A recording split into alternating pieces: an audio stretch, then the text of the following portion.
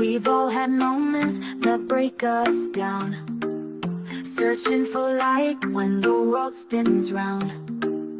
But in those cracks, the purpose is born, a new way to live when the old is torn. It's more than a story, it's the rise from the fall, a place where your purpose starts to call. With Dr. Stephenson, wisdom takes flight, turning your pain into hope, into light. Collide with purpose, embrace the change. Every story's got a fire in its flame. Tune in, listen, find your way to take life's hardest hits and turn the page. In the podcast, the truth is found. Collide with purpose, let love abound. From heartbreak to strength, the lessons unfold. It's about how we rise, not the stories we've told. Guests with their journeys, sharing their light. In every collision, there's power in sight. It's more than a talk, it's the wisdom we gain through every struggle, through every pain. With conversations that open the door to purpose, to power, to so much more. Collide with purpose, embrace the change. Every story's got a fire in its flame. Tune in, listen, find your way to take life's hardest hits and turn the page. In the podcast, the truth is found. Collide with purpose, let love abound. So come as you are, with your scars and fears. This is the place where the truth appears. Turn your trials into stepping stones. Find the strength to claim your throne. Collide with purpose, embrace the change. Every story's got a fire in its flame. Tune in, listen, find your way to take life's hardest hits and turn the page. In the podcast, truth is found. Collide with purpose, let love abound. A collision with purpose, your journey starts here. In every conversation, we'll wipe away fear. Find your purpose, let your life ignite. With Dr. Stephenson, you'll find your light.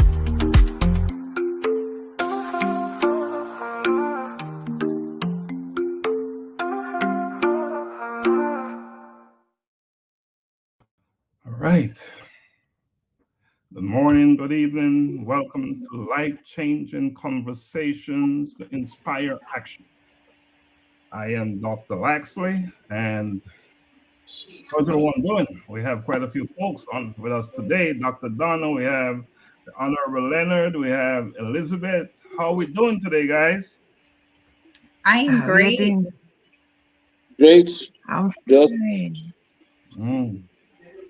I'm fine also. Elizabeth, good to see you. All right. Good to So we're live, guys. So just say we're live. All right, we're live. So Elizabeth, how you doing? I'm doing well, Doc. Awesome. Dr. Donna, how are you? I am doing great. Thank you for asking. Awesome. We have a packed show today. I wanted to bring in all of us on so we could have a conversation about our CBO, because that's a big deal, right? It's a big deal. We have some serious work to do ahead of us. But let's check in with Elizabeth. Elizabeth, talk to us for a moment. Yes. Thank you very much, Doc. This evening I'm not very, very fine. Just from the hospital some days ago, and just to introduce to the world who I am. I am Elizabeth. Sitawa, Kisiangani. I am a cancer survivor and also I'm a cancer fighter. I am an advocate. I am a mother. I am a woman whose life has been deeply reshaped, and it has been deeply reshaped by pain and also reshaped by purpose. My journey into cancer advocacy was not by choice, but it was born out of lived experience.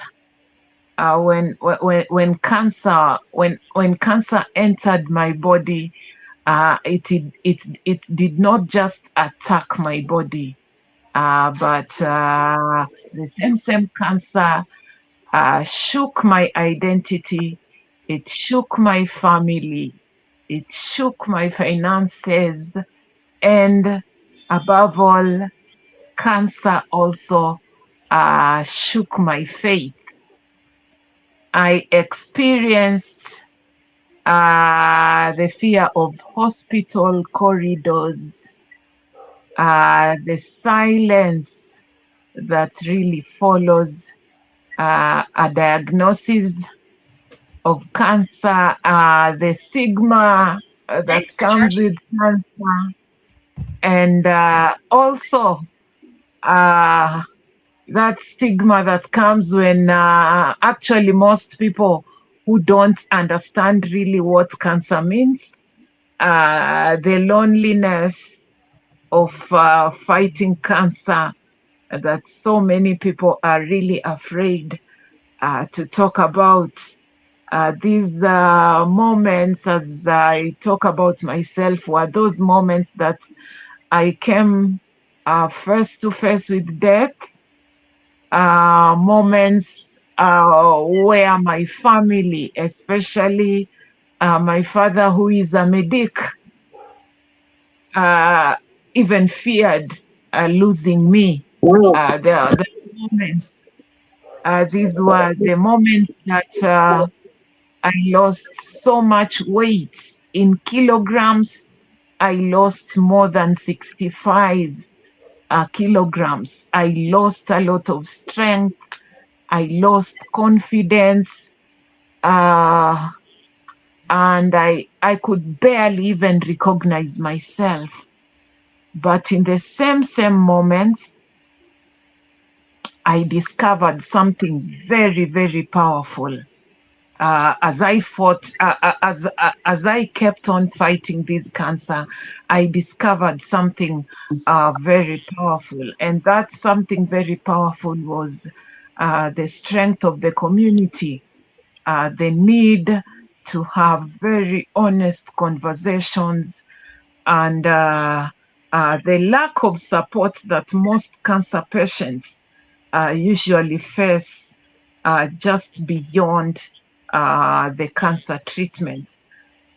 For now, that is what I can talk about as I introduce myself as Elizabeth Sitawa Kisiangani. Thank you, Doc. Thank you so much, Elizabeth. Honorable Lenny, can you do a quick, brief introduction of yourself and talk to us about why, as a leader, and why health advocacy is so important to you?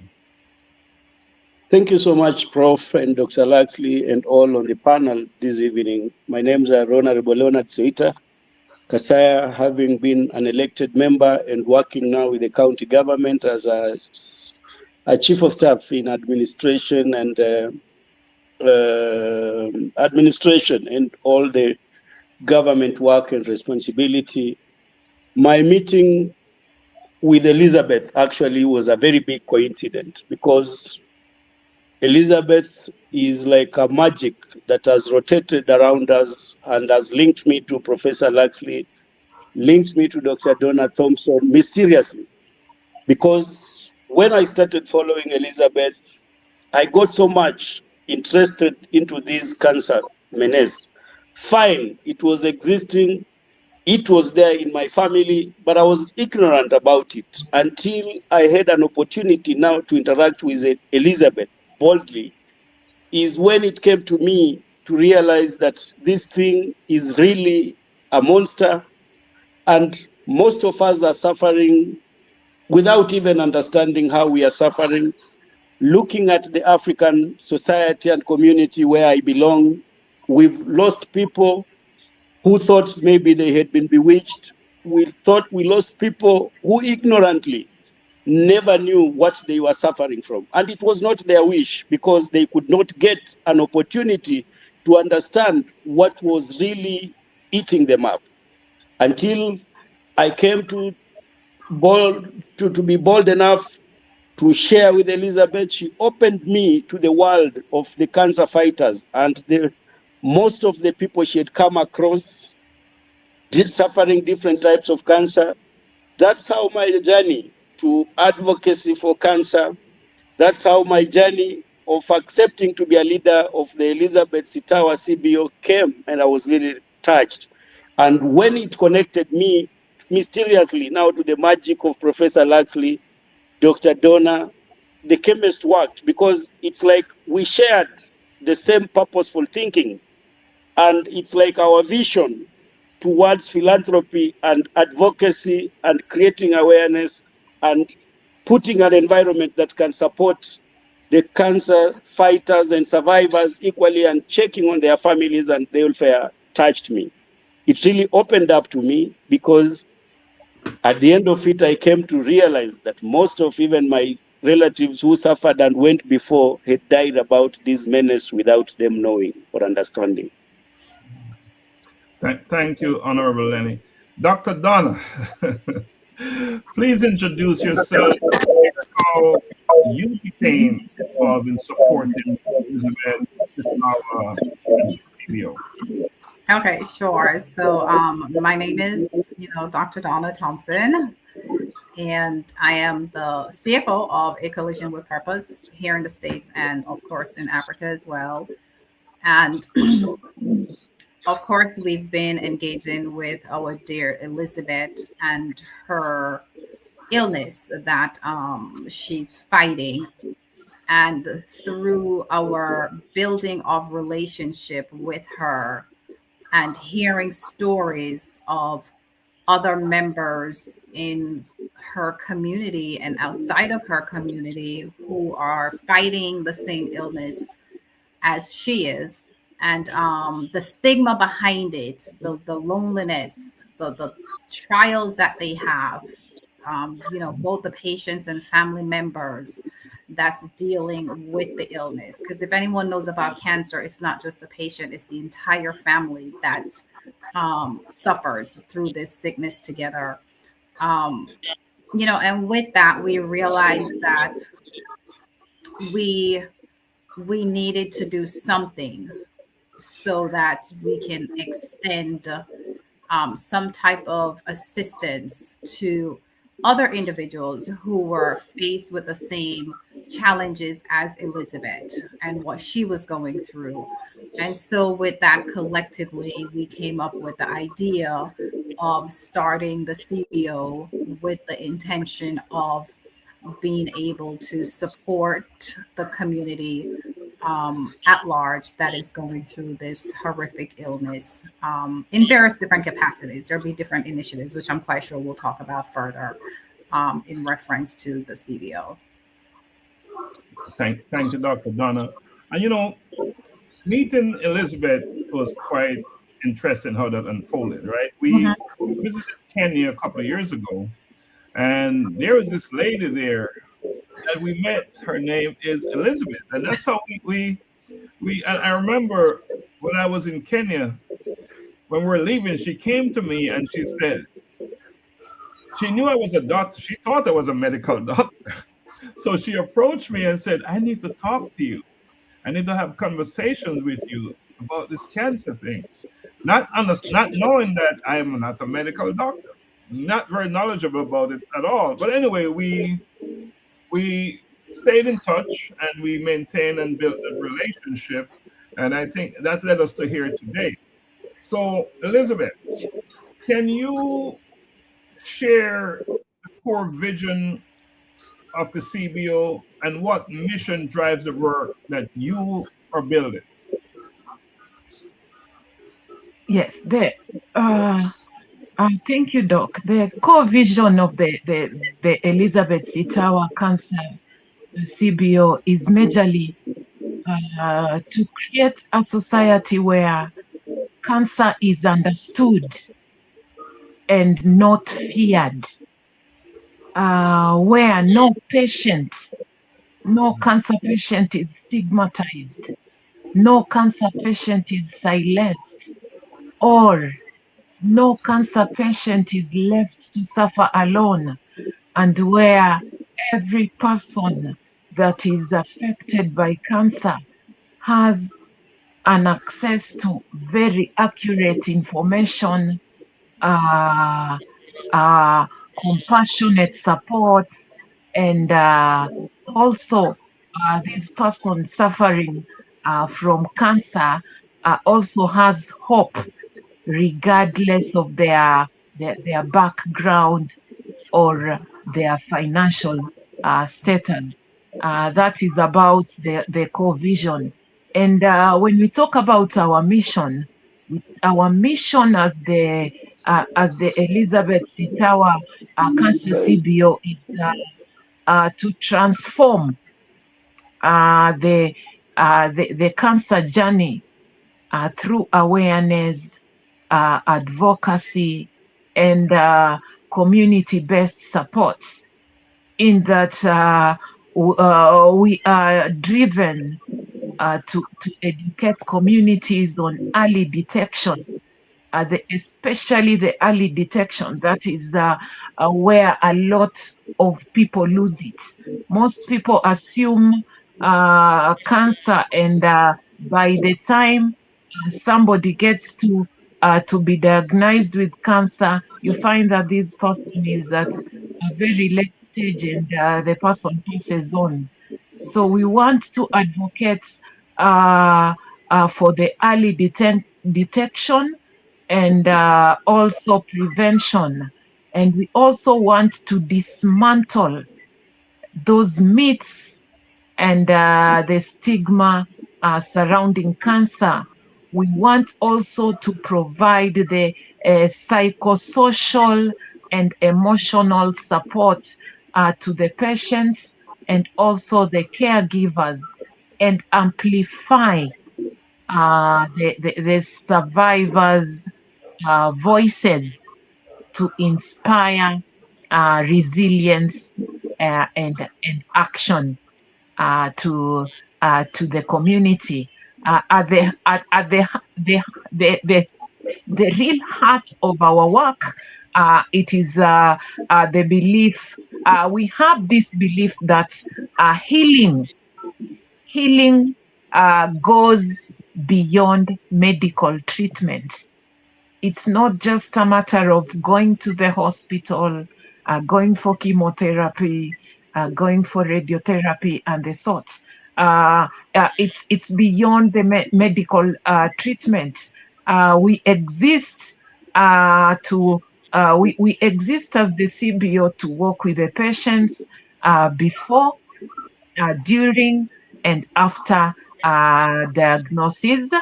And we want to offer the dignity. We want to give the encouragement and a reminder that life, purpose, and impact will continue even beyond cancer. This mission for me is very personal.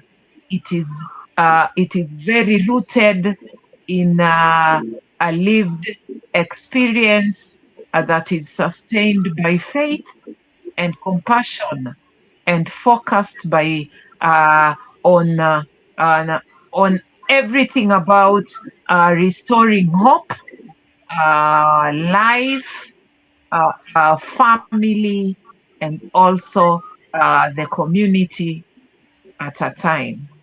That's what the CBO is all about. Thank you, Doc. Thank you. Thank you so much, Elizabeth. Dr. Donna, I want you to jump in on that mission and vision. And then, Lenny, we want you to also say something about the vision and mission as well. So, Dr. Donna, we'll go with you first. Yeah, Elizabeth really laid it out for us there, so I'm not going to take too much time. But yeah, definitely, our vision is really getting rid of the stigma, first of all. The biggest thing with cancer is getting rid of that stigma with cancer, and having those early detections, having those forums for patients where they have a safe place. Those are things that's very important. Making sure that anyone who's going through this illness, having a platform where they're not alone, they don't feel alone, they're okay to express how they're feeling, what they're going through.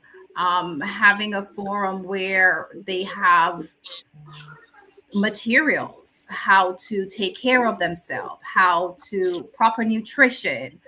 Those are all things that the CBO will be providing.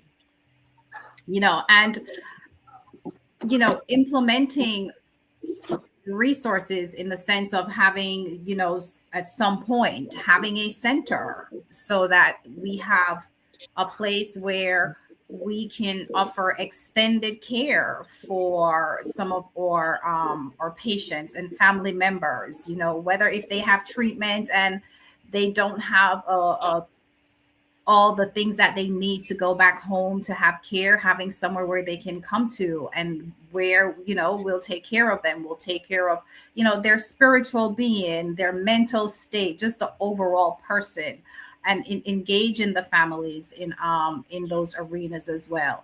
And having, building a resource where if someone is having to go to their doctor's appointment or they're having treatment, they're not having to go through those things by themselves. They can, come to the CBO. We'll have resources where it's not there now, but, ultimately looking at the far scope, we'll have those resources where we can help them along the way so they're not alone. Because as we know, like Elizabeth stated, oftentimes we see cancer patients, they go through this by themselves. It's a very lonely place and it's a very lonely disease. And we want to break that. We want to break that stigma. We want to take it apart and we want to make sure that we're taking care of each individual that is actually affected by this, the patients, the family members, and the community on a whole.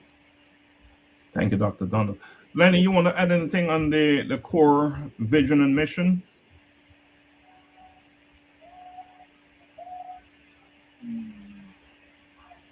Is Lenny, are you there? Lenny's frozen. Okay. All right. So, Elizabeth, at what point did your personal cancer journey shift from survival to a responsibility to serve others through your actions? Yes.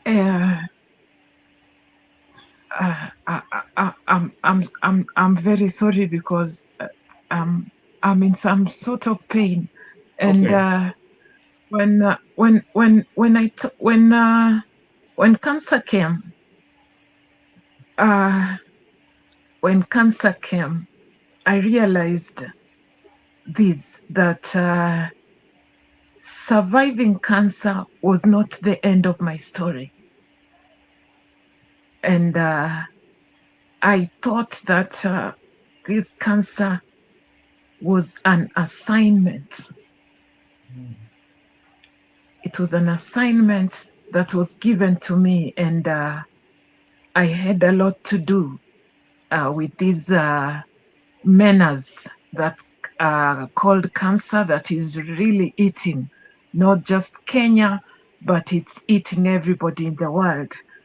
In the early days, my only focus was on surviving. I only thought of surviving. I only thought of I should beat cancer and I should live. I only thought of enduring pain, like the pain I'm going through at the moment. I thought of the treatment. I thought of the uncertainty. Yeah, I was really fighting for my life and the life for my children and then maybe the life of my family. But every time I spent time in the hospitals, every time I spent time in those waiting bays and those recovery spaces, every time I began to see myself, those are the times I began to see myself in other patients, especially those patients who had no voice like I do, those patients who had no emotional support. I watched how people suffered quietly. In fact, I would read, some even wrote some messages to me. Some even sent their photos of how and what they were going through as they fought cancer. So I watched these people really fighting. They were fighting silently, and they had no voice, and some of them had no information about cancer. And because of stigma, because of isolation, because of the hopelessness, these people were quiet. They could not talk about it. And the major turning point came when I noticed that even after I started regaining strength, others were still stuck in fear, asking the same questions that I once asked. Thanks for charging me. Crying the same tears that I was crying. And some were also believing in the same myths that I once believed, like the myth that cancer kills. You know, cancer kills. I knew I was going to die. And I saw people still believing in such. And that is when it really came out clear to me that that my survival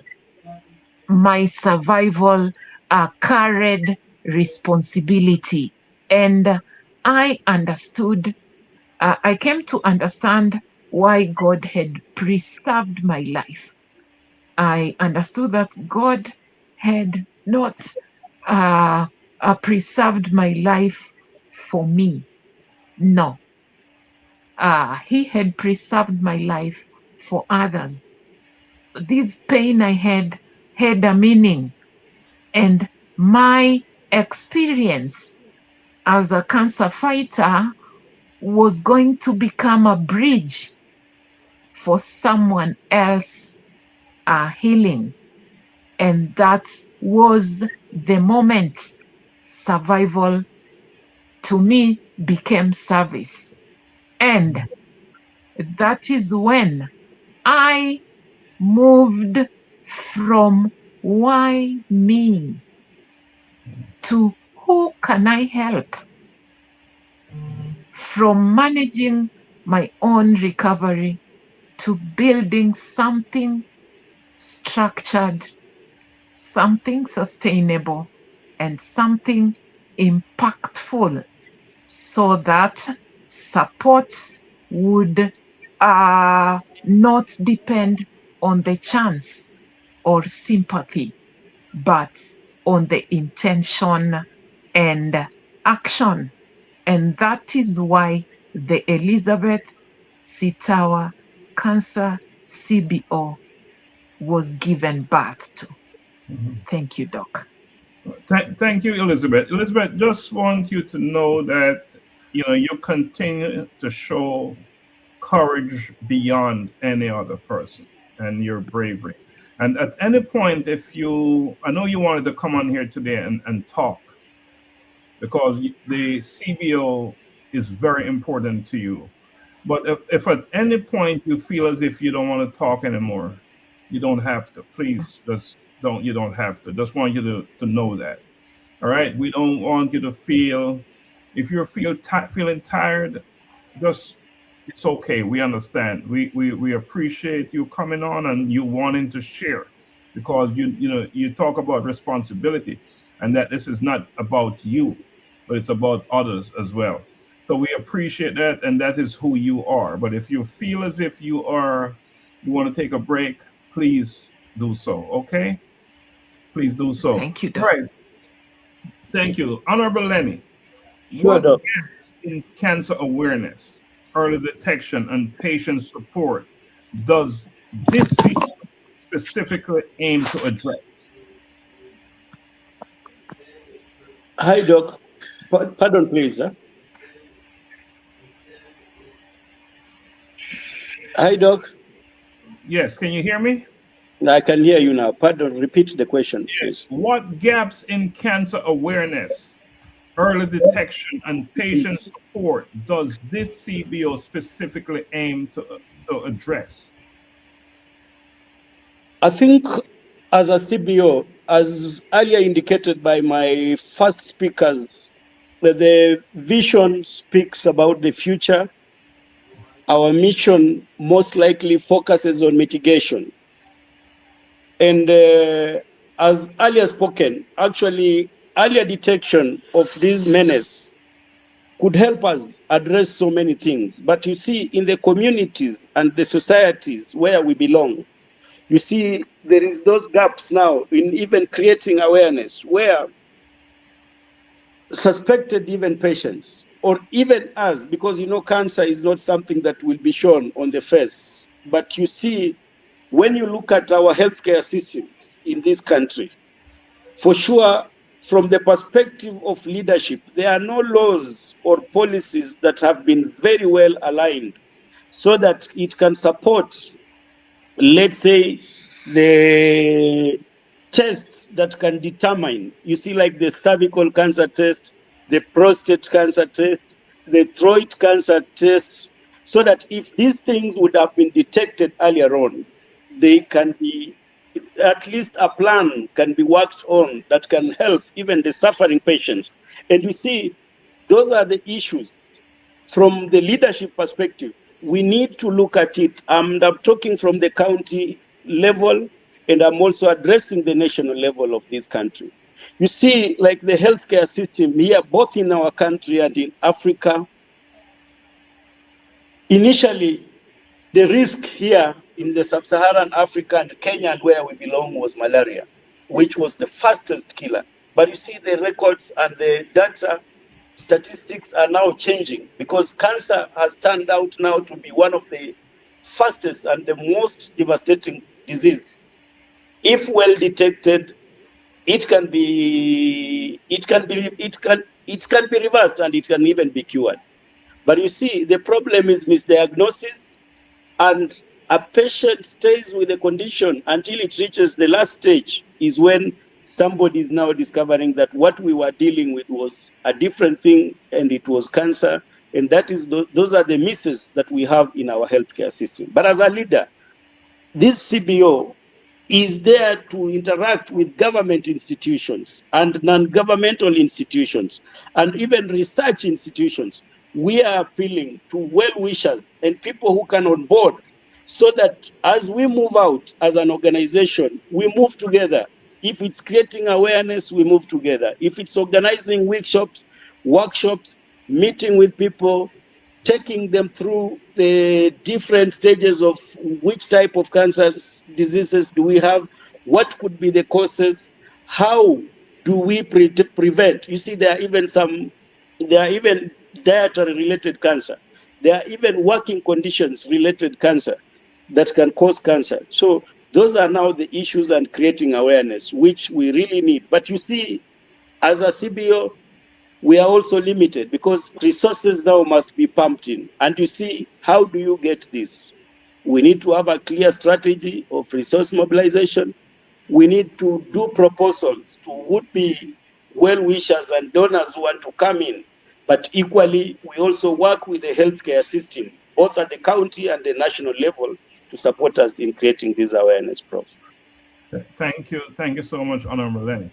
So, Dr. Donna, and talking about support, why are structure, governance, and strategy essential for turning a vision, a cancer vision, into a sustainable mission, which is what we're all about building, a sustainable mission? Why is it so important?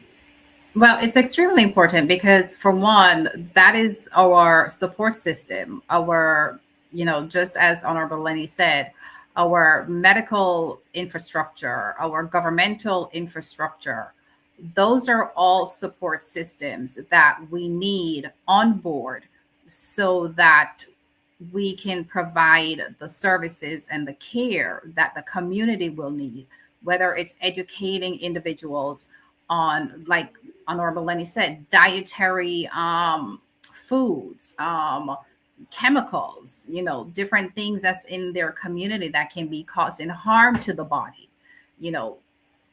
what they're eating, what their intake is, how to have better diets, how to take care of themselves, preventative measures. So those organizations, they are extremely important so that we can sustain what we're doing, and also they'll be able to provide different services, whether it's just resources. They may have research studies, research programs that is taking place, different treatment options that they may have at the time that we will be able to offer individuals who are a part of the CBO some of those services. So that networking and co-working together is extremely important so that we can somehow support our families and our community and patients who are going through this, so that we can have better outcomes and also better quality of life, when individuals are succumb to these illnesses. So that buy-in we have to have it in order to sustain what we're doing, because we cannot do it without the support of those entities. Dr. Donna, you touched on individuals and families, because cancer does affect individuals alone. It affects families and communities. So, yes. So, Honorable Lenny, what are the most urgent needs cancer patients and families face that this organization, our CBO, will meet? One, Doc, I want to speak about just that awareness and earlier detection. So we need to come up with a strategy and reach out to medical institutions that can be able to even do some tests on some of our individuals, particularly those ones that we suspect that they are angling to the direction of cancer. Yes, I know there are so many conditions, but because of our daily interaction, and not Elizabeth alone, and I'm happy at least we gave her time to go and rest. You see, we've learned quite a lot, and I think as an organization, I have introduced to you so many people who were at different levels, but because of the privacy, personally, I'm not a medic. Actually, me, I'm a finance and a marketing expert. But because of the passion and the drive of how do we reach out to these people, because I've seen them suffer. I've personally managed even to see men who have died of breast cancer. And I can tell you the situation was bad and it was quite devastating. But you see, these are people now, their families run away from them. Everybody, even there's no caregiver. You see, here in Africa, here in Kenya, you can't get a free caregiver. It's only on mercy and on charity. But if we come up with a way that we can support and encourage and get some tokens to support even people who can also give the cancer fighters, survivors, and patients a decency, because what came to my mind was this person, as far as he's suffering, he needs to suffer with dignity, with little pain, where we can afford even to provide painkiller drugs. We can afford to give sanitation. We can afford to get some food for both the patient. And you see, the moment cancer brings you down, if you are the breadwinner, then it means the whole family structure is collapsing. Mm-hmm. Even the children will not be able to go to school. Even the wife, assuming it is the man who is the breadwinner and has gone down, she will not even afford food. She will not even afford healthcare. Yes, I'm happy the national government now, through our president, is coming up with this shift or SHA, Social Health Authority, that is looking at the insurance fund now in a different perspective. But you see, this is a new concept that is yet to even get to the people. Two, we still have problems because sometimes, you see, I can speak this without fear of reprisal or fear of reprimand. We are told and convinced that somebody will go to hospital and maybe get medication and has got the right. But the moment a patient reaches there, you are told, if you are not registered on this, you have not paid, you have not subscribed, you don't have money, that patient will be turned away. And that is the sad situation about what is happening now here. And that's why we are saying, as leaders and leadership of this country, we must take the bullet and say, if it has to work, let it work. But there's quite a lot that needs to be done.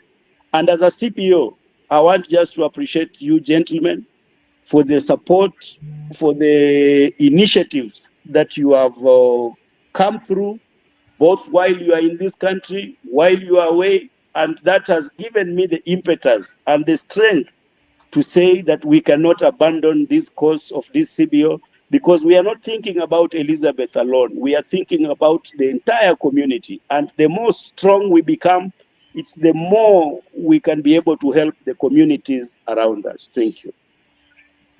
Thank you so much. Elizabeth just texted me to say that she will not be able to finish the live as much as she would want to and like to, but she's not feeling well, and we know that. So just keep sending her your love, sending her strength, and just keep blessing her and keep praying for her. There's no stronger, no more braver a person than Elizabeth Sitawa Kisiangani. And it's because of her and through her why we're here today having this conversation and talking about building a CBO in Kenya. So we owe so much to her, and other cancer patients and family members owe so much to her. And that's who she is, so powerful. So Dr. Donna, healing must address the whole person. Must. So why is psychosocial and emotional support a non-negotiable part of any effective cancer mission? Well, that is your first line of defense as a patient. If your mental state is not well,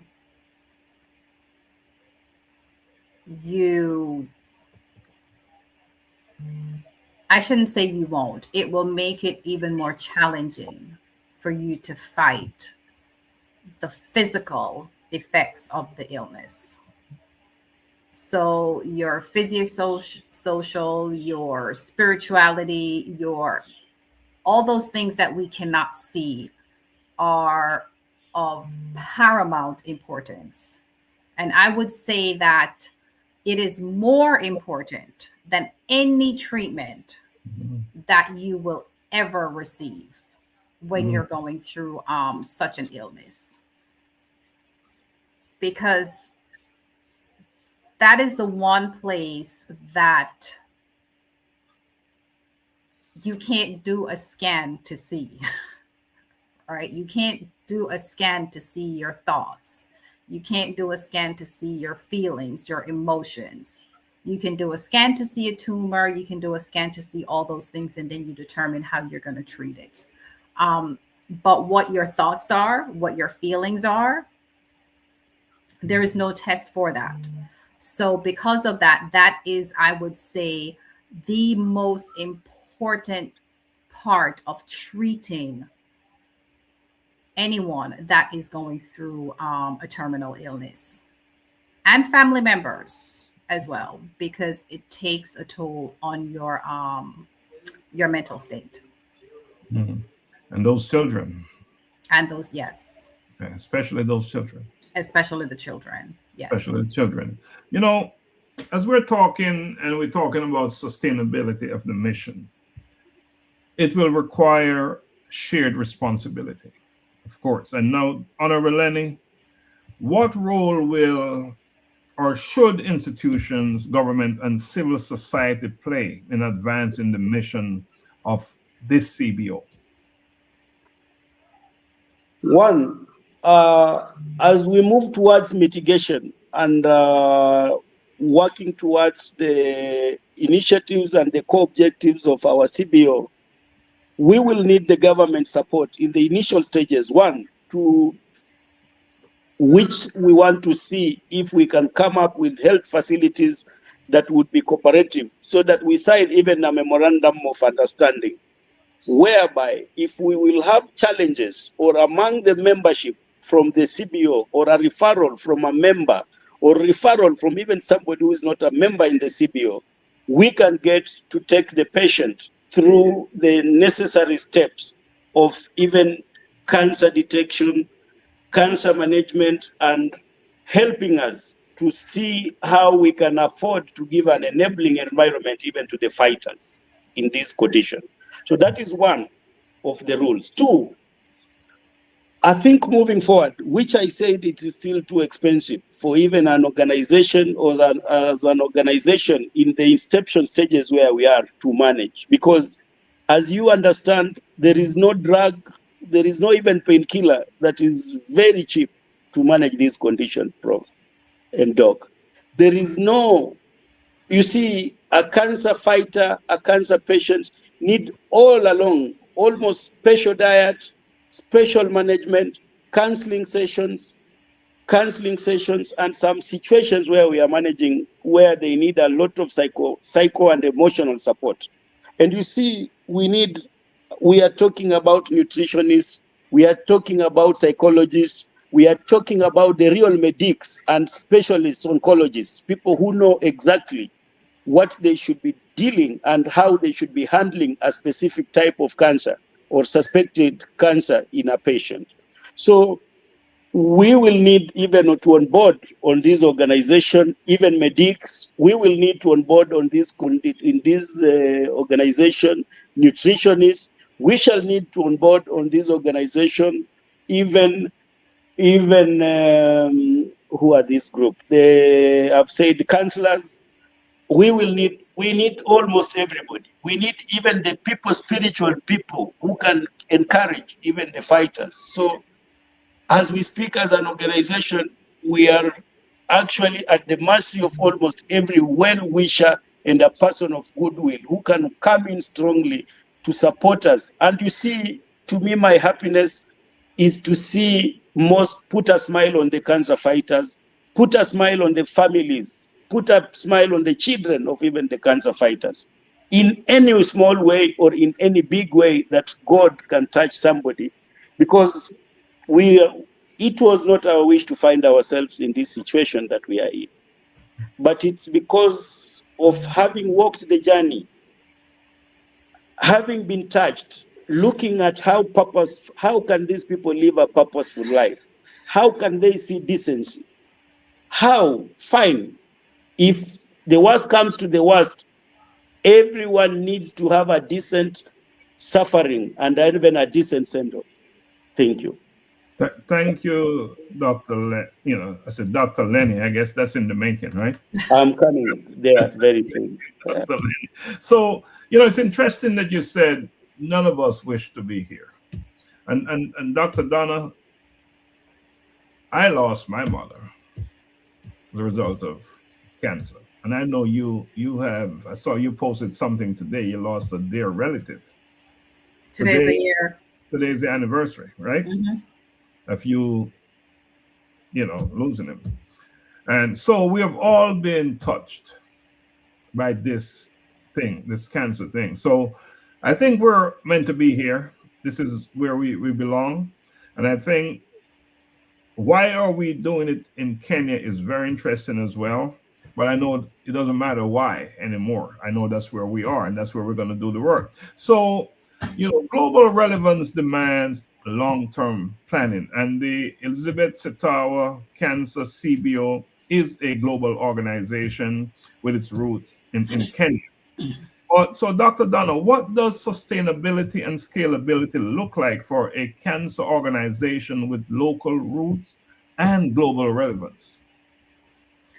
Well, we definitely have to have the community involvement. We can't do this without having donors that donate to the organization. Without that, we won't be able to do anything.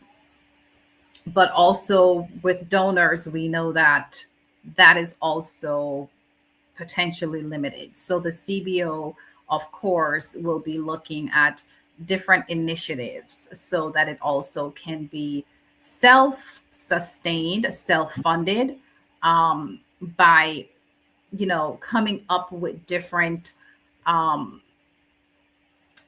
business opportunities within the various communities and countries or wherever we're serving, so that we're able to also bring in revenue from the CBO so that we can help to offset some of the costs and be able to sustain the CBO when we're looking at the future and sustainability. Because if we just depend on donors, then our life at the CBO with the CBO could be very limited, right? So looking outside of that and coming up with business opportunities so that we can go back and put back into the CBO so that we can continue to provide the services for the community is definitely the goal and the long-term objective of the CBO. Thank you, Dr. Donna. So the A Collision with Purpose movement, we are going to Kenya this May. Just a few months from now, actually. May is not that far out. And I know one of our objectives there is what is bringing us back to Kenya is the CBO.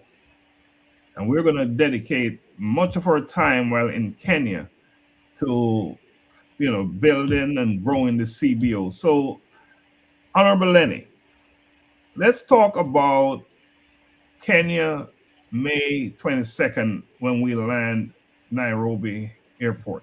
What do we have to look forward to specifically in terms of the CBO? There's quite a lot, Prof. and Doc, because as I think the CBO has changed the perspective of this year's 2026 outreach. And seemingly, as we move across handling other philanthropic projects that we will be looking at, God willing, because as Coalition with Purpose International and Africa, we have set a tradition, which I think is not going to change so much. But the CBO and the cancer is now also our focus, could be even now the main theme of this year, because as earlier as we've had philanthropic projects surrounding around the children's home, the vulnerable children, the ones who have been abandoned. We've had programs rotating around sanitation, where you have supported institutions locally to put up even washrooms, toilets for the girl child and boy child. We've supported institutions with water tanks. We've supported people with clothing. We've supported people with foodstuffs. We've supported people. We've also gone against all odds to fight climate change, and where we have done some reforestation and some programs around that. And you see, for us to have a community that is even cancer-free, the afforestation, the climate change is also another very serious cause. And this is one of the initiatives of the Coalition with Purpose. But what I'm praying for this year as we come, the first board meeting that we are going to come and have is to look down into strategies that are going to strengthen the CBO.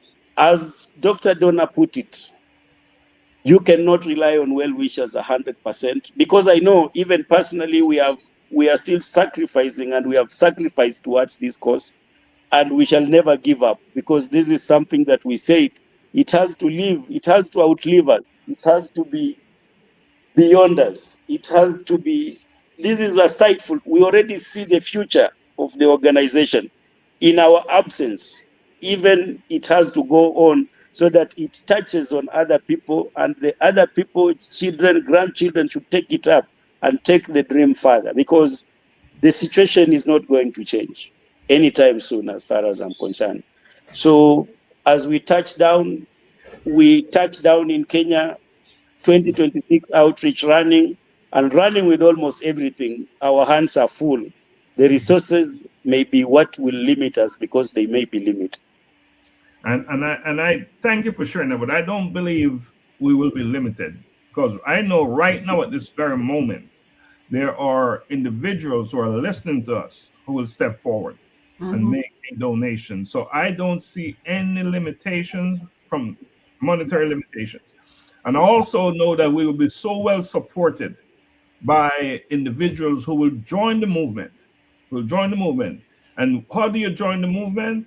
You join the A Collision with Purpose Africa, the A Collision with Purpose International, and you join the ELIZABEH Sitawa Cancer Community-Based Organization. So I personally don't see any limitation, nothing stopping us. We're not going to get in our own way, right? We're not going to stop ourselves. So, and I know that by the end of this week, our numbers will have grown so much, because we will have done such a great job explaining what this CBO is all about, and its significance, its importance, that there's nothing on this earth that will stop it. It is too important. We had Elizabeth tired, not feeling well, but she was so courageous, so brave to come on this platform to speak and to explain the mission, the core mission and vision of the CBO. And she did it in such a way that there was nothing else to say about it, because she did an amazing job explaining it. So with her courage, and we standing on her back, I see nothing that can get in the way of success, of us achieving our objectives. And that's my take on that. Now, Dr. Donna, we're getting ready to wrap up for today, at least. Tell us about you're organizing the Collision with Purpose meetup with the international, as Honorable Lenny called it, the Collision with Purpose International meetup with the Collision with Purpose Africa. Yeah. What is that going to look like from your perspective as the organizer? Oh my goodness. So of course, everything is always just unfolding, right? But in my planning and my thinking currently is that, of course, we'll be touching down in Nairobi, spending a few days in Nairobi, doing some work in Nairobi. And then we'll be traveling over to Kitale, where Elizabeth resides. And I am looking at where we'll be heavily focused on the CBO, visiting families who have family members who are going through this horrific illness, and really trying to pull all resources together, whether medical resources, just different, whether it's doctors, whomever we can pull together to be a part of the CBO. So I see that this trip will be a lot of networking, meetings, and collaboration, so that we can kick off the CBO in a big way while we're there. Of course, we will do other community initiatives. We'll still focus on doing our toilet initiative. Not certain how many that will be at this particular time, but we'll still have the focus on doing that and visiting some of the orphanages. So those are still on the table. However, the bigger part of the trip will be around solidifying and really pushing the CBO forward. Pushing the CBO forward. Honorable Lenny, are you there? So everyone in the community, I'm telling you right now, you're in your communities, you have resources, you have skills, you have talents.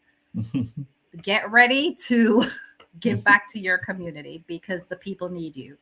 So whether it's a church, whether you can go into, someone's home, spend a few minutes, with the good word. You have to be a servant of your community. You have to be a servant of your community. So just be prepared that while we're working, you're going to be working as well in your communities. We're all going to be working. All right. So as we get ready to wrap up, let's Lenny, what is the cost, Honorable Lenny? What is the cost to a nation when the vision and mission of cancer care are not supported at an organizational level? What is the cost to a nation? What is the cost to Kenya? It's too much. It's too much heavier. It's too much a burden, Prof. Doc. And our prayer and wish is that I want to agree with you when you mentioned that we are not limited to anything for this just cause that we are fighting for. And as our CFO put it, is a tall order. Actually, when it comes to the real situation on the ground, there are scenarios that are a little bit disturbing. That one I can tell you for free without fear and favor. And it's only that, the way Elizabeth put it, there are those people, because of stigma, because of not speaking out, who are suffering silently. But because of how now we are coming out to address and to mention that we have lost our relatives to this menace, and some died because of ignorance, which is costly. Some died just because of not having people who really understand what psycho support, emotional support means. And I really find it fulfilling to my life. If you even give, if you are in good health, whatever little that you have to somebody who is suffering, and put a smile to him, her, or even a children, whatever little that you can afford, because you never know that little, what kind of impact it's going to have to the person who is suffering. So this thing is too heavy to the families. I can tell you for free, Prof. Doc, it's not easy, but as you say, and as we have said, actually, we are not giving up anytime soon, and we are ready to do all that we can within our limits so that we change the world through the CBO, through our coalition with purpose, and through the many friends that we are going to onboard, who are going to come up with new ideas that will help us grow in different perspectives. Awesome. So as you talk about friends, Honorable Lenny, Dr. Donna, why should global partners and donors see the Elizabeth Sitawa Cancer CBO as a mission worth investing in beyond borders? Because cancer is not prejudiced to one country, one race, one people. This is a global disease that we're fighting. And I don't think that there is any one person in this world currently who has not been impacted by cancer. So that's why it's important for you to support us. I don't know if that person myself. All right. So as we get ready to wrap up, Honorable Lenny, final thoughts. I just want to appreciate the session that we've had, Doc. And I want to say that we are going now to come up. We are going to come up. We are going to speak to situations. We are going to demonstrate. But you see, because of data protection, some of the programs, some of the visits that we do to some of our friends, some of our relatives, some of the people that we are trying to help is a bit private. But for those ones we shall seek consent from, we will be able to demonstrate and be able to bring on board. And we are going to invite so many people to speak about this organization, to speak about our programs, and as long as we agree and they get their legal consent on the programs that we are doing. But there's quite a lot that is happening, which is not shown, because some situations, medically, you feel like you need to protect the privacy also of the patient and the people and the families. But as we shall not fear, we shall not relent to speak about it. And more often, we are going to come up with ideas and programs that we shall be able to share to the world and to our friends. Equally, we don't want even, maybe our enemies may also be interested to know what we are doing. So we are welcoming them, because that cancer may unite us, because it's going to unite us in so many things. Thank you. Thank you so much, Honorable Lenny, and continue to do the work you're doing there. We can't do this without you. We can't do this without you. Dr. Donna, closing thoughts? Oh, I just wanted to recognize someone that's made a comment in the chat, and it's Wafula. And he said that I pray for your Madam Sitawa. I lost my dad, a precious gift, just a year ago from pancreatic cancer. And I just want to tell you, just continue being strong. We're here to continue supporting you on the healing process. So thank you for your comments. Thank you for praying for Elizabeth. And we'll continue to keep you in our prayers. So yes, so we are definitely, on the movement, building the CBO and providing support. Currently, we do have fasting, and I wanted to put it out there. We do have a fasting starting tomorrow for I believe 14 days, just a fasting that we're trying to do for Elizabeth. If anyone would like to join, you can jump on board and join that with us. It begins at 6 a.m. tomorrow, and it ends February 13th at 6 a.m. And even if you have a family member, who's going through this, you would like us to fast for them, a word of prayer, definitely connect with all the different social media platforms that we have. Join us so that we can support you on this journey as well. And I also want to say that the CBO, you will see where we will begin posting various resources that you have in your community if you're needing additional assistance, or even just trying to navigate the healthcare system to get to your appointments, your medication. So it will also be a hub for resource data information. So we'll do our best to build that out as well, so that will be somewhere where you can go. But you do have to join. You want to join the organization so that we can support you as well. And I also invite family members, friends, if you have lost someone from this horrific disease, I know that there is lasting effects that happen from it. It doesn't end there. Come on board, join us so we can continue to support you as well through this journey of healing. And I thank you for inviting me to this platform this afternoon, Dr. Stephenson. You are so welcome. In fact, you're both welcome. All right. So as we close today's conversation, one truth is undeniable, and it is that cancer is a global challenge. But equally as significant is that inaction is a choice and not a good choice. What we experience today is not just theory, it is lived experience, responsible leadership, and strategic vision converging around a single mission to ensure that No one faces cancer alone, unseen or unsupported. The Elizabeth Sitawa Cancer CBO stands as a reminder that when pain meets purpose and compassion is given structure, real change becomes possible.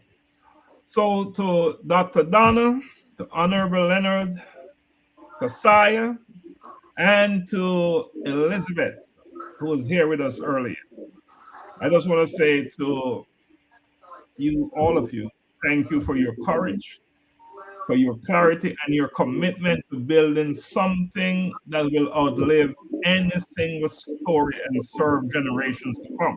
Because that is what the Elizabeth Sitawa Cancer CBO will do. It will outlive generations to come.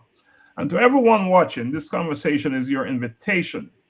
It is an invitation to support, to become an advocate, and to partner and to act.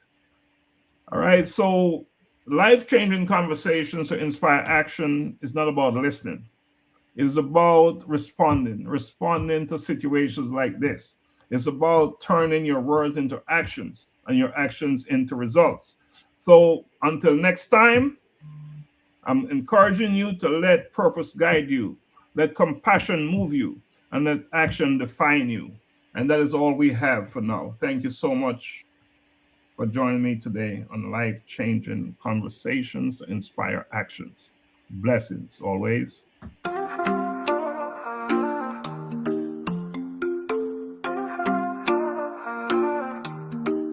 We've all had moments that break us down, searching for light when the world spins round. But in those cracks, the purpose is born.